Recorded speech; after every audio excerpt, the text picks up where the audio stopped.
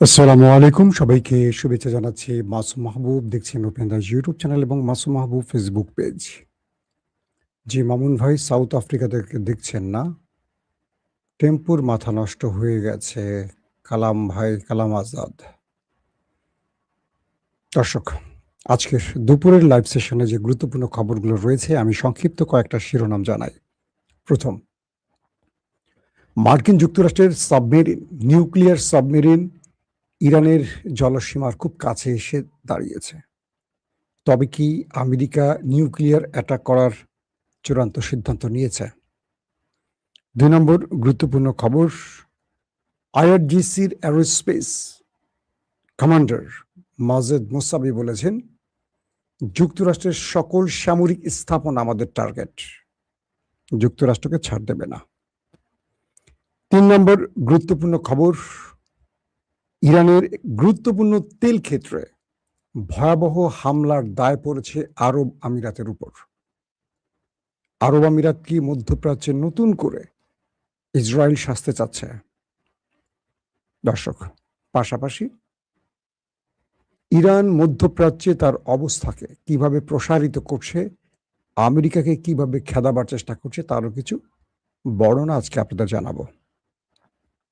প্রথম যে খবরটি দিয়ে শুরু করতে চাই, পারস্য সাগর, তার মানে ইরানের যে অঞ্চলটি পারস্য সাগরের পাশে লাভান দ্বীপ, এখানে ইরানের বেশ কয়েকটি তেলকূপ রয়েছে, তেল শোধনাগার, এবং এই অঞ্চলটি ইরানের জন্য বাণিজ্যিকভাবে খুবই গুরুত্বপূর্ণ।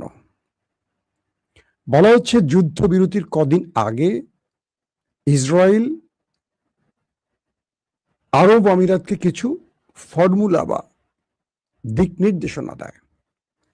সেই আলোকে মুসলিম দেশ আরব আমিরাত ইরানের উপর ম্যাসিভ আকারে মিসাইল অ্যাটাক চালায়, যুদ্ধ বিমান, ড্রোন, অনেকগুলো প্রযুক্তি ব্যবহার করে ইরানের তেল কূপে বা তেল শোধনাগারে আগুন ধরিয়ে দেয়। ইরান ব্যাপক ক্ষতিগ্রস্ত হয় এই আগুনে। আপনাদের মনে থাকার কথা, আমরা লাইভে বলেছিলাম যে ইরান এই ব্যাপারে বিশ্বাসঘাতক শত্রুকে সতর্ক করেছে। কোনো মিডিয়া না বললেও আমি বলেছিলাম সেই দেশটির নাম আরব আমিরাত।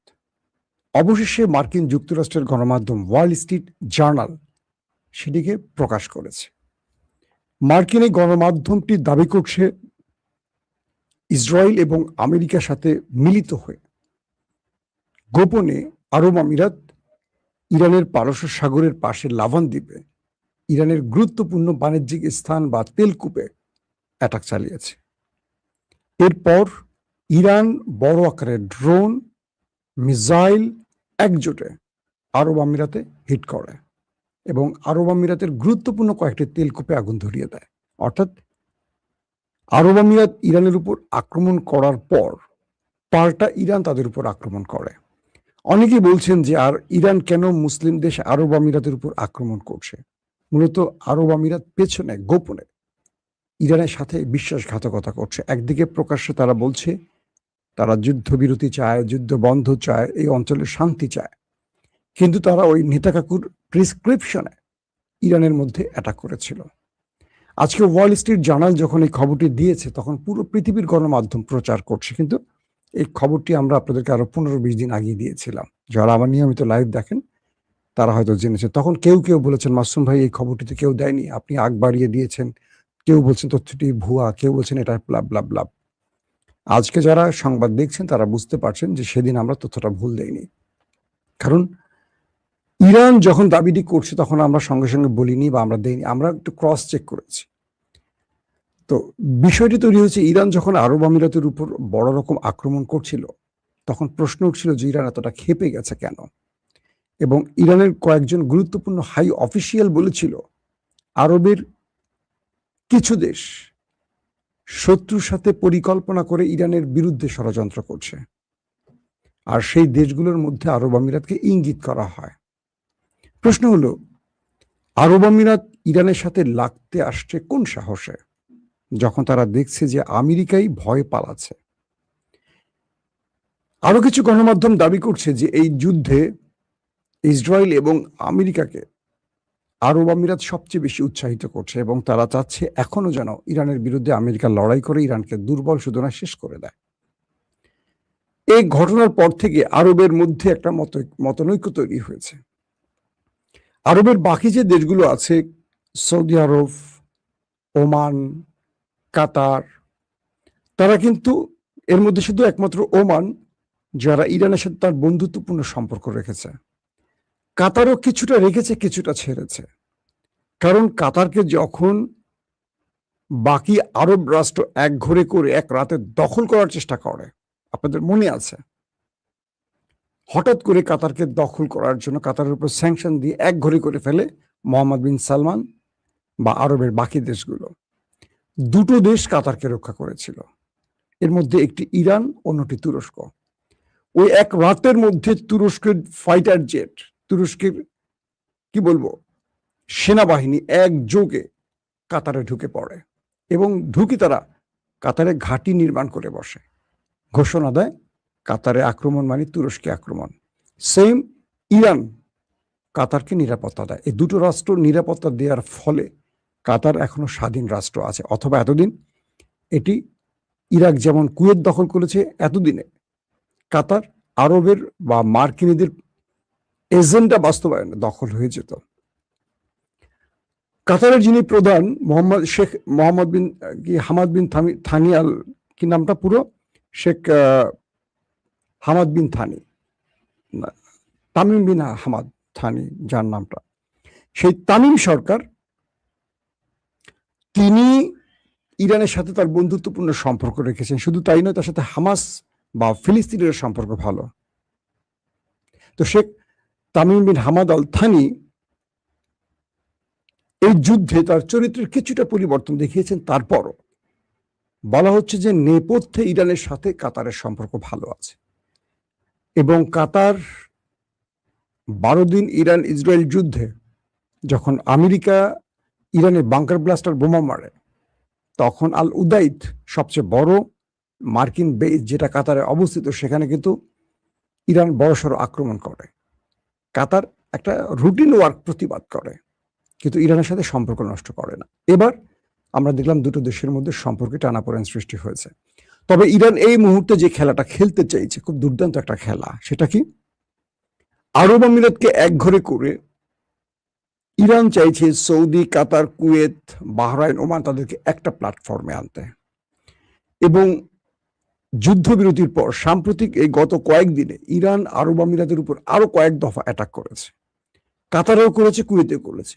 তবে কাতারের কোনো রাষ্ট্রীয় বা কাতার জনগণের কোনো সম্পদে করেনি। কাতারের সাগরে মার্কিন যুদ্ধ জাহাজে আক্রমণ করা হয়েছে, এটা কাতারকে জানিয়ে করেছে, যে কারণে কাতার সেই জাহাজে কোনো সাধারণ পিপুলকে রাখেনি। অর্থাৎ ইরান এই অঞ্চলগুলোতে আক্রমণ করলে আগে জানিয়ে করে। তো এই মুহূর্তে সৌদি আরব তারা আমেরিকাকে কোনোভাবে ইরানে আক্রমণের ঘাঁটি, স্থান, আকাশ কিচ্ছু দিচ্ছে না। তার মানে সৌদি আরব এই সময়টা যুদ্ধ চাইছে না। সৌদি আরবের সাথে কাতার, কুয়েত, বাকি দেশগুলো থাকতে পারে জোটে, কিন্তু ইসরায়েলের হয়ে প্রকাশ্যে খেলছে এখন আরব আমিরাত। তাই যুদ্ধটা যদি শুরু হয় কোনোভাবে, আবারও ইরান আরব আমিরাতকে তামা করে ফেলবে। একদম ইরানের পক্ষ থেকে বলা হয়েছে যে এবার আমরা শত্রুকে বা শত্রুর প্রাসাদ থেকে ইটগুলো খুলে নিয়ে আসব। আমরা পূর্বে শত্রুকে শুধু বার্তা দিয়েছি, আক্রমণ করে মামুলি আক্রমণের মাধ্যমে তাদেরকে বার্তা দিয়েছি, এবার আমরা বার্তা দিচ্ছি না। এবার যদি কোনো কারণে আমাদের আরবের কোনো বন্ধু রাষ্ট্র তাদের ভূমি, আকাশ, বেইজ কিচ্ছু ব্যবহার করতে দেয়, তাহলে তারা সকাল দেখবে না, তাদের সকাল আর হবে না। তার মানে ইরান কাতার, আরব আমিরাতকে বড় রকম টার্গেটে রেখেছে এবং গত 3-4 দিনে আরব আমিরাতে কয়েকটা সফল অ্যাটাক করে তাদের তেলকূপও আগুন জ্বলিয়ে দিয়েছে, তাদের আন্তর্জাতিক বিমানবন্দরও অচল করে দিয়েছিল।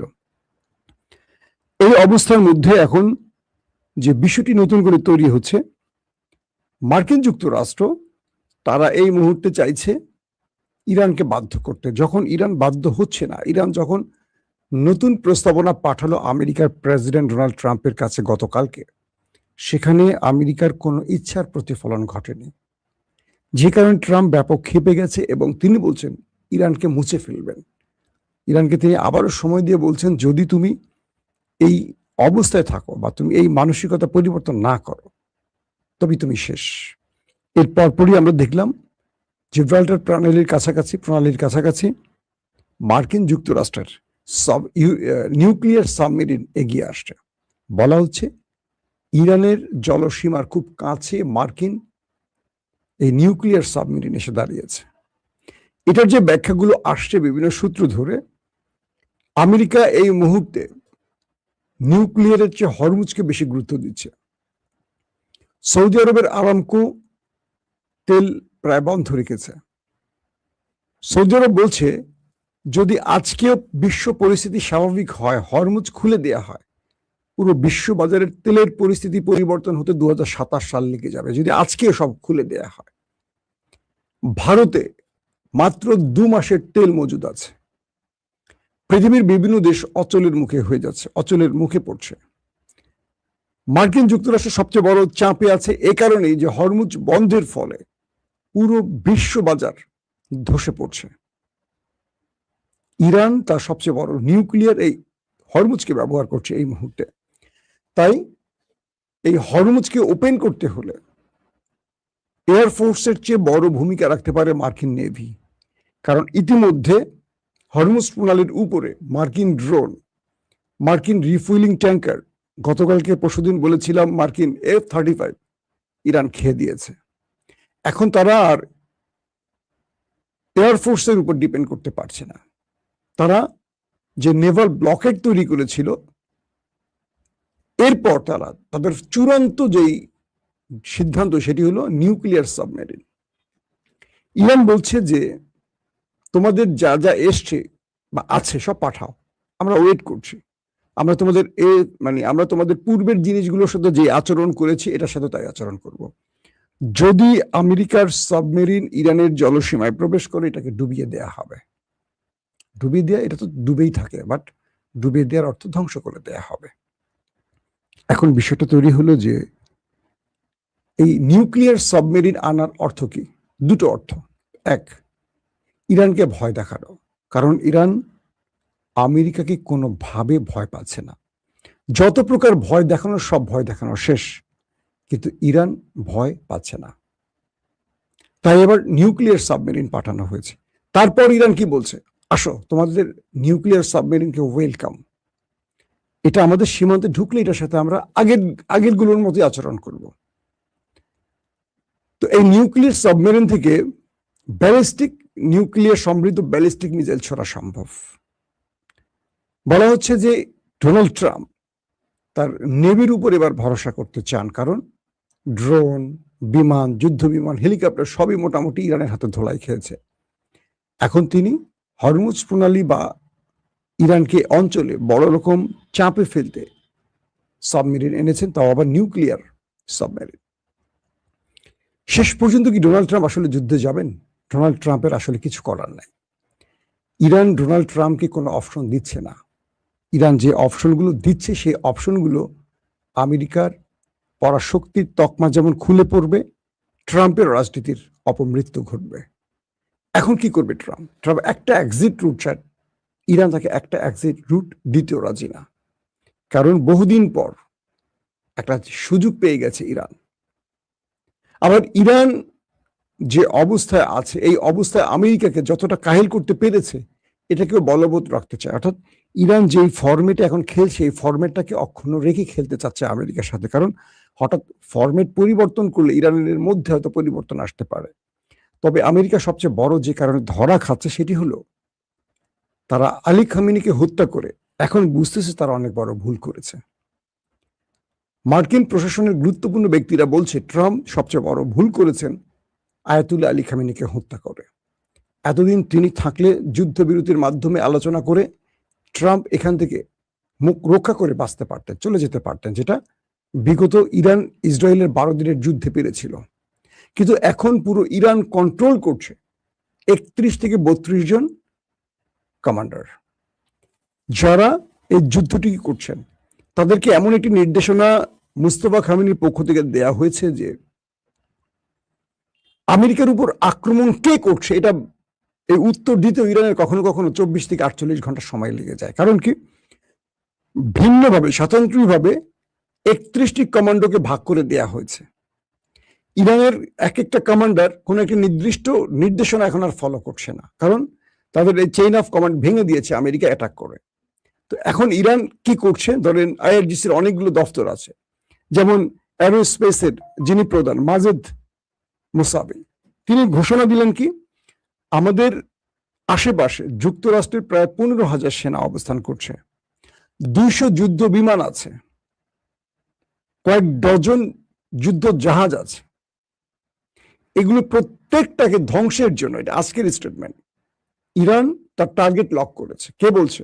ইরানের আইআরজিসির যিনি অ্যারোস্পেসের প্রধান বা কমান্ডার মাজেদ মুসাবি বলছেন যে আমরা যুক্তরাষ্ট্রের সামরিক স্থাপনাগুলোর আমাদের টার্গেটে বা ইরানের টার্গেটে আমরা লক করে রেখেছি। আমেরিকা পাগলামি করলে এগুলোকে আমরা একটা একটা করে ছাপা করে দেব। পাশাপাশি বলছে যে আমাদের সবচেয়ে ভয়ঙ্কর অস্ত্রগুলো আমরা আপলোডে রেখেছি, একদম ইনস্টল করে দিয়েছি। ইরান আক্রান্ত হওয়ার সঙ্গে সঙ্গে অটোমেটিক এগুলো লঞ্চ হবে, কাজ শুরু করে দেবে। যেটি বলছিলাম যে ইরানের 31 বা 32 জন কমান্ডো, তারা প্রতিটা দফতর বা ভাগের প্রধান, তারা নিজের ইচ্ছে আক্রমণ করতে পারে। যে যখন মনে করছে আক্রমণ করা উচিত সে তখন আক্রমণ করে বসছে। যে জন্য আক্রমণ শেষে ইরান কখনো আক্রমণ করছে কি করেনি এই তথ্যটি জানাতে গেলে তাদের সময় লাগে, কারণ ভেতর থেকে খোঁজ নিতে হয়। এখন আমেরিকা দেখছে যে তারা যদি বর্তমান প্রেসিডেন্ট মাসুদ পেজেশকিয়ানের সাথে আলোচনা করে, ফল পাচ্ছে না। আব্বাস আরাকচির সাথে কথা বললে ফল পাচ্ছে না। কারণ কি? কারণ এতগুলো ভাগে বিভক্ত হয়েছে ইরানের সংস্থাগুলো, যুদ্ধকালীন সংস্থাগুলো, যাদের কোনো অস্তিত্ব ডোনাল্ড ট্রাম্প টের পাচ্ছে না। আর এটির মাধ্যমে ইরান সফলতা পাচ্ছে। ধরেন একজন সুপ্রিম লিডার, তাকে খুঁজে পেলে তাকে দিয়ে সব শায়েস্তা করা যেত, কিন্তু আমেরিকা বুঝতেছে যে একজন বলে আর কিছু না ইরানে। ইরান এখন বহু ভাগে বিভক্ত হয়ে লড়াই করছে। তবে মুস্তফা খামেনির নির্দেশনা সুপ্রিম লিডার হিসাবে এটি সবার কাছে পৌঁছে গেলে সেই অনুযায়ী আবার কাজ চলে। এই বিনাশটা কিন্তু মুস্তফা খামেনি নিজেই করে দিয়েছেন। এখন ডোনাল্ড ট্রাম্প তার নিজের চুল নিজে ছিঁড়ছেন আর বলছেন, কি ভুলটা করলাম খামেনিকে মেরে। যদি খামেনি বেঁচে থাকতো হয়তোবা তাকে এই কঠিন পথ পাড়ি দিতে হতো না। ডোনাল্ড ট্রাম্প তার রাজনীতি বাঁচাতে আর মার্কিন পরাশক্তির চাদরটা রক্ষা করতে এখন পেরেশানির মধ্যে পড়ে গেছেন। কারণ যখনই নিউক্লিয়ার নিয়ে ট্রাম্প হাজির, তখন ইরান বলছে তোমার যা খুশি করতে পারো, বাট আমার সারপ্রাইজ ওয়েট করছে। তুমি যা করবে তার চেয়ে একটু এগিয়ে থাকবো আমি, কারণ এই অঞ্চলটা আমার। পাশাপাশি টর্পেডো এবং মাইন পুঁতে রেখেছে ইরান হরমুজ প্রণালীর মধ্যে। আমেরিকা কোনো অ্যাডভেঞ্চারে প্রবেশ করলে ইরান